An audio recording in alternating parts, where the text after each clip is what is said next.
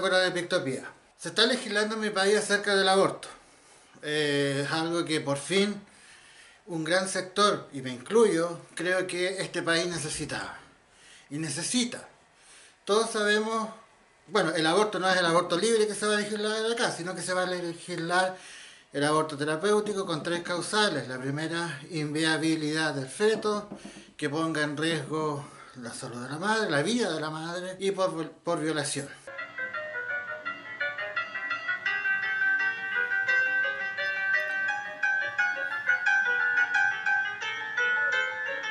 Ahora esto era una bitácora de Pictopía. Es una nueva bitácora de Pictopía. El tercer punto es el más complejo, el por violación. Porque en un video que hice podemos ponernos desconfiados, podemos pensar una serie de... Podemos ponernos paranoicos, podemos pensar incluso, podemos desconfiar. Pero es necesario. Una niña que es violada, que quizás es menor de... tiene 12 años, puede ser madre, es bueno para ella ser madre. Es necesario obligarla a terminar a su embarazo siendo que no tiene la capacidad ni la madurez para ser madre. Yo creo que no. Ya es brutal la violación. No es necesario explicarlo ni hablar más. Pero he leído acerca de esta discusión, las distintas opiniones. Si bien no seguí la discusión en el Parlamento, lamentablemente por falta de tiempo, he leído algunas opiniones, he leído algunas indicaciones. A mí lo que me sorprende es el bajo nivel de argumentación de los parlamentarios. Es decir, se supone que la persona que está legislando lo hace, se supone, por y en representación de la gente que lo eligió. Pero ocurre que en este país, no sé si en los demás, pero creo que también, se legisla sobre la base de las convicciones personales. Chile es un país católico, es un país que cree ser progresista y también un poco liberal, pero es más católico.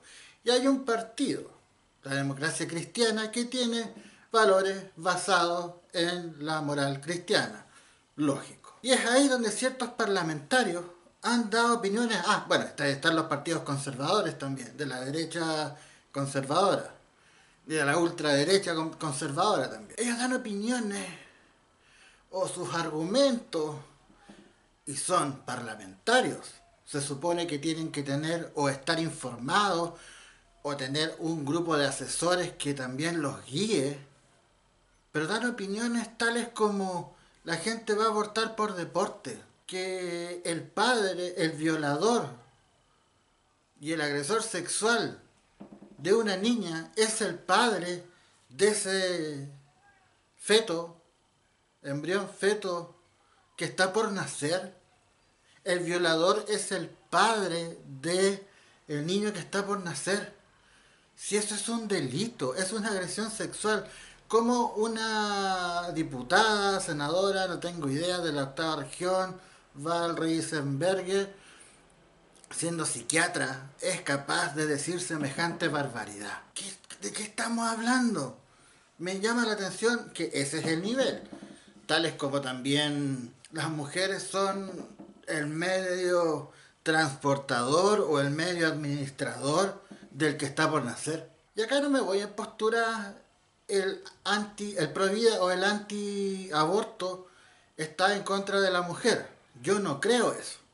No creo que esté en contra de la mujer.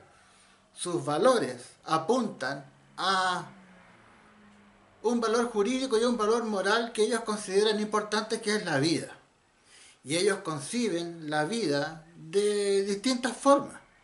Nosotros, los pro abortos, consideramos la vida de otra forma, lógico, opuesta. Pero al margen de esas consideraciones, sí, el sujeto pro vida cree en el fondo que una legislación respecto al aborto va a generar un aumento de un aborto libre, eso es ignorancia.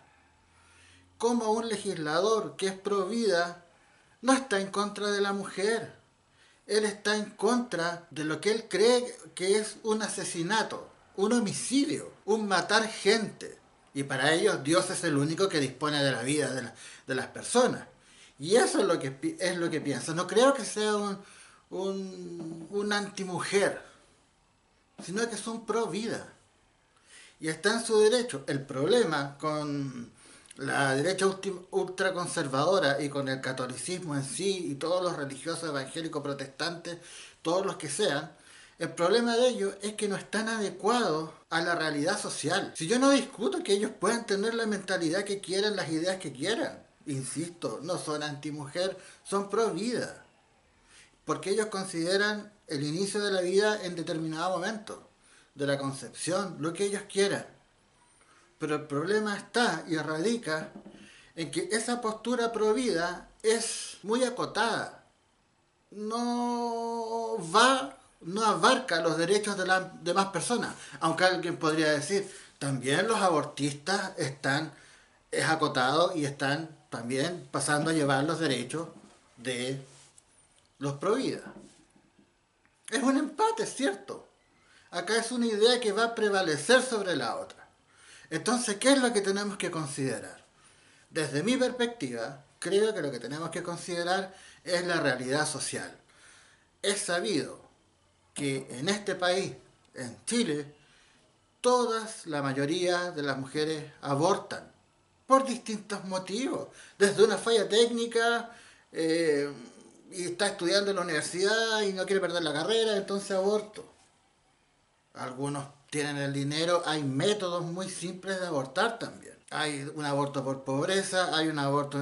Y hay aborto a veces porque no tenéis ganas de tener hijos. Y en ningún momento se piensan que, claro, porque no se cuida. Sí, se puede llevar un tratamiento anticonceptivo que no se sabe y no se conoce las interacciones que tienen con otros medicamentos. ¿Qué pasa si tú estás siguiendo un tratamiento anticonceptivo y resulta que por X motivo tienes que tomar modafinilo? Cago el anticonceptivo y quedaste embarazada. ¿Qué pasa si bajas o cambias el medicamento, el anticonceptivo? Caga. También hay estudios que lo voy a buscar que sostienen que el estrés y los resfríos y las bajas de defensa, el sistema inmunológico también va a ir y va a atentar contra la protección que otorga los anticonceptivos. Entonces muchas veces el nacimiento, el embarazo ocurre por motivos no deseados. ¿Por qué no poder elegir qué es lo que yo quiero hacer? Porque si el pro vida quiere tener a sus hijos, bien por él. Acá se trata de respetar al otro. Es difícil entender la diferencia, puesto que ambas posturas se enfocan en ciertos valores. Los abortistas creemos en el derecho de la mujer o de cualquier persona o de la mujer a decidir qué hace con su embarazo. No con su cuerpo, con su embarazo.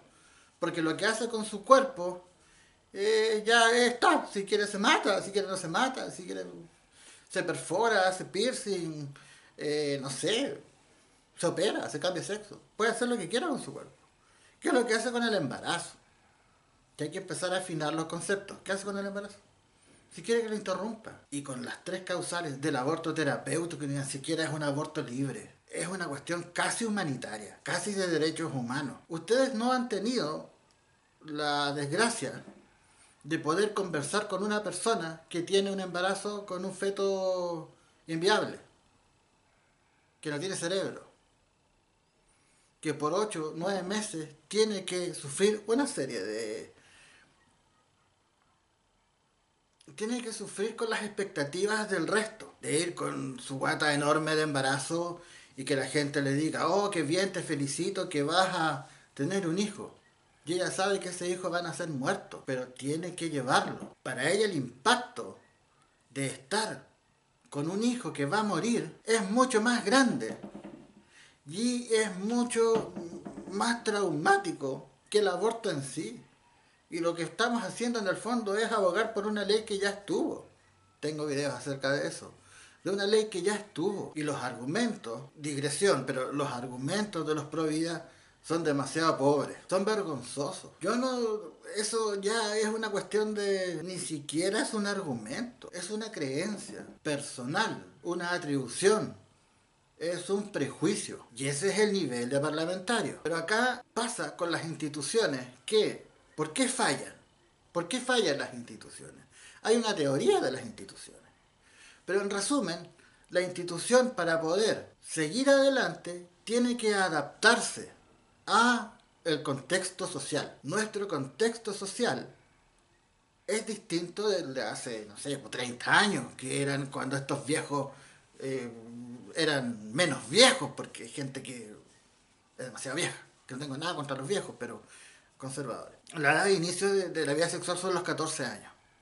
Esa persona de 14 años que tiene consentimiento, según la ley, respecto también a lo que tiene que ver con lo penal, si tiene consentimiento, tiene discernimiento, si tiene discernimiento, sabe lo que está haciendo. ¿Por qué no le venden la pastilla el día después? Y si no le venden la pastilla el día después y tiene que esperar 3 días para ir con su mamá o que un ginecólogo le dé horas para poder comprar la pastilla, ya pasaron las 72 horas y está embarazada. Si el mismo Estado, si los mismos médicos, si las mismas leyes impiden que una persona pueda, menor de edad, pueda manejar su sexualidad de forma segura, es lógico que lo único que queda es aborto. Y son las 12 semanas. Entonces se trata de adecuarse a la realidad y al contexto social. Y el contexto social habla de vida sexual activa de menores de edad, sin protección, con un alto riesgo de enfermedades de transmisión sexual y con alto riesgo de embarazo. Y eso es lo que pasa. Y algunos dicen, la educación sexual, entiendan que la generación de estos niños, los padres de estos niños, fuimos criados por padres que no nos hablaron de sexo. Nosotros no tuvimos una educación sexual acabada. Fuimos aprendiendo en el camino y aprendimos el pudor. Y son esos mismos padres pudorosos que tampoco van a hablar con sus hijos. Esta generación sí es mucho más liberal y sí va a hablar con sus hijos y tiene más información. Pero en estos tiempos, en nuestros tiempos y en los tiempos de mis padres, era una cuestión casi prohibida. Tabú. Tabú significa prohibido. Por esa misma razón hay todo un, repito la palabra, hay todo un contexto social y cultural que está detrás de lo que está pasando ahora. Bueno que se discuta, pero el análisis tiene que ser mucho más profundo. Ni pensar que los prohibidos son conservadores, ni pensar que son antimujeres, para nada. La discusión debería enfocarse en qué es lo que está detrás y a la base para ponernos a discutir respecto del aborto. No podemos suponer que todo el mundo es cristiano, y aunque así lo fuese. ¿Qué idea tiene que prevalecer? ¿La provida o los abortistas? Porque lo que me puede decir son dos posturas, porque una tiene que prevalecer sobre la otra. Y lo único que sostengo es que la postura que debe prevalecer es la que garantiza amplitud en los derechos. Y una postura que va en retroceso y restringe los derechos, perdió. Porque de eso se tratan los derechos humanos, de eso se trata el convivir en sociedad. Las libertades tienen que ampliarse. Y si hay una postura que restringe los derechos, ya el restringir es negativo.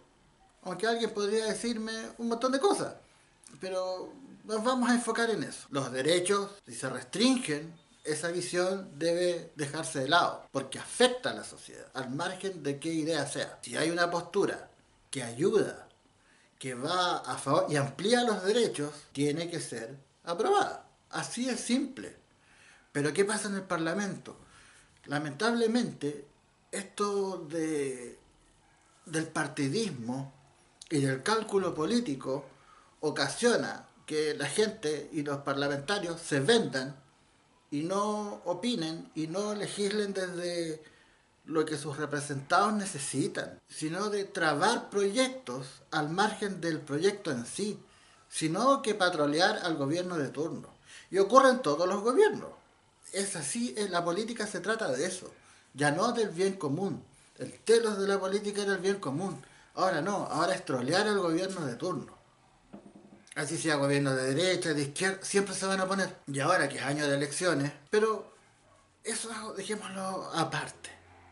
Lo que yo quiero clarificar en este video es lo sorpresivo y bajo de los argumentos, y lo otro es que el provida no es antimujer. El provida cree que la vida inicia en la concepción y por lo tanto no debe ser eliminada.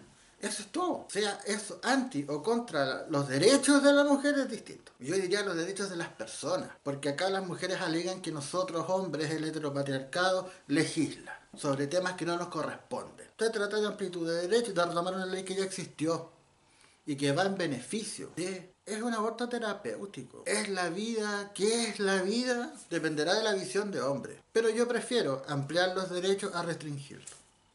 Espero que estén bien. Esta ha sido una bitácora de Pictopía.